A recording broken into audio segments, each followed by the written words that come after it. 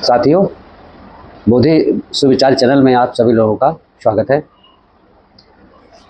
आज मैं भारत के उस सभ्यता की बात करूंगा जिसके हम सभी वंशज हैं। भारत की सभ्यता एक सम्यक संस्कृति थी, जिसे हम बौद्ध सभ्यता भी कहते हैं। इस सभ्यता में हम लोगों के सारे वंश इसी सभ्यता के हैं, चाहे वो हर्यक वंश हो, उसके बाद नंद वंश और नाग वंश एवं मौर्य वंश, सब इसी सभ्यता के हैं। सम्राट अशोक इस सब सम्यक सभ्यता के ही हैं। तो जब हमारी ये सभ्यता थी तो हम जम्मू द्वीप में एक राजा थे। हम सब उन्हीं के वंशज हैं।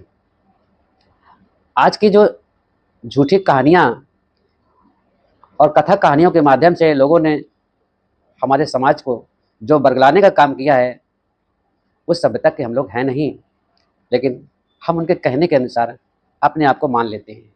हम अपने इतिहास की सच्चाई जानने की कोशिश नहीं करते हैं। इसी सभ्यता के अंतर्गत हमारा देश जो है वो विश्व गुरु था, और इस विश्व गुरु देश में विदेशों से लोग इस भारतीय संस्कृति को पढ़ने के लिए आते थे, यहाँ विद्या अध्ययन करने के लिए आते थे, क्योंकि यहाँ 5 विद्याओं का अध्ययन लोग करते थे आकर के, और भगवान बुद्ध के उन शिक्षाओं को पढ़ने के लिए लोग आते थे। इसी क्रम में सिंह भी भारत आए थे, और भारत में आकर के वो 15 साल रह करके भारतीय संस्कृति की जो उन्होंने देखा उसका वर्णन भी किया है। सिंह ने ये बताया है कि भारतीय संस्कृति में क्या क्या नियम थे, खाना खाने के समय के क्या नियम थे, फ्रेश होने जाते थे सुबह उसके क्या नियम थे, जब दातुन करते थे उसके क्या नियम थे। इन सारे नियमों का उन्होंने जो देखा वो वर्णन किया है, वो लिखा है। इसी में जब पढ़ाई करने वो आए और 15 साल रह करके संस्कृति को देखा, तो उन्होंने अपनी डायरी में वो सब कुछ नोट्स किया। उन्होंने ये कहा कि यहाँ के लोगों का धर्म क्या था, लोगों का खान पान कैसा था, इनकी नित्य क्रियाएं कैसी थी, पवित्रता और अपवित्रता क्या थे, और इसे ध्यान रखना चाहिए, और उसके नियम भी बने थे। जैसे उदाहरण के तौर पर यदि कहें कि भिक्षुगण जब खाना खाने के लिए जाते थे तो सबसे पहले वो हाथ पांव धोते थे, अच्छी तरह से साफ करके फिर छोटे छोटे कुर्सियों में जो वहाँ पर रखी जाती थी उस पर बैठते थे। बैठने का जो अंतर था वो लगभग 1 हाथ का होता था, ताकि एक दूसरे को स्पर्श न कर सके। खाना चौकियों पर रखा जाता था, उनके सामने चौकी लगाई जाती थी, जिसमें खाना रखा जाता था, जिसमें वो भोजन करते थे। भोजन करने के बाद फिर वो अपना हाथ और मुंह खूब अच्छी तरह से धोते थे। इतना धोते थे, इतने अच्छी तरह से धोते थे कि एक भी चिकनाई उनके मुंह पर और हाथ में न रह जाए, क्योंकि चिकनाई होने के कारण तमाम ऐसे विषैले जीवाणु पनपते हैं और बीमारी का कारण बनते हैं। ये संस्कृति आज भी हम लोग देख रहे हैं, और वही संस्कृति आज हम चला भी रहे हैं।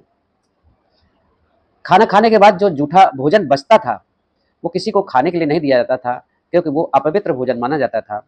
इसी के कारण वो भोजन और बर्तन सभी एक बाहर डाल दिया जाता, कोने में डाल दिया जाता था, और फिर उसे गाड़ दिया जाता था, जिससे किसी को नुकसान न हो, उससे कोई इन्फेक्शन न हो। वहाँ के चाहे वो गरीब हो चाहे अमीर हो, ये नियम सभी पर लागू था, और इसी के आधार पर वो अपने कार्यक्रम करते थे। सुबह उठते थे तो मनुष्य सुबह दातुन करता था, तो दांतों को खूब अच्छी तरह से साफ करते थे, जीभ अच्छी तरह से साफ करते थे, और साफ करके फिर वो मुख को अच्छी तरह से धो करके धोते थे। इसके बाद ही वो किसी से प्रणाम करने के योग्य होते थे। दातुन करने के नियम भी बताए थे कि एक दातुन कम से कम 12 अंगुल की, अधिक से अधिक 12 अंगुल की होनी चाहिए और छोटे से छोटे दातुन 8 अंगुल की अवश्य होनी चाहिए।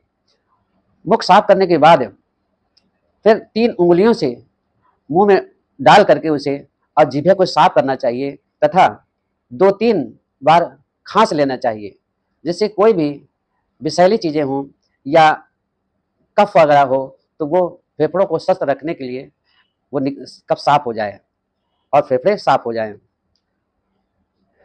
इस क्षेत्र के लोग जो है, जो जम्मू द्वीप था, तो यहाँ के लोग प्याज, लहसुन अथवा कच्ची सब्जियों का वो प्रयोग नहीं करते थे। कच्ची सब्जियां वगैरह नहीं खाते थे, जिससे बीमारियां अधिक नहीं होती थी।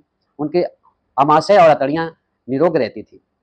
इससे कहते हैं कि जब मैं पहली बार बिहार के बाहर एक चौक पे गया, वहां पर मैंने देखा कि कुछ कृषक लोग जो है वो सब्जियां लेकर के आ रहे हैं। वो सब्जियां 3 भागों में लगा करके एक भाग इन बिहारों को दे देते हैं, बौद्धों को देते हैं और बाकी 3 हिस्से वो अपने घर ले जाते हैं।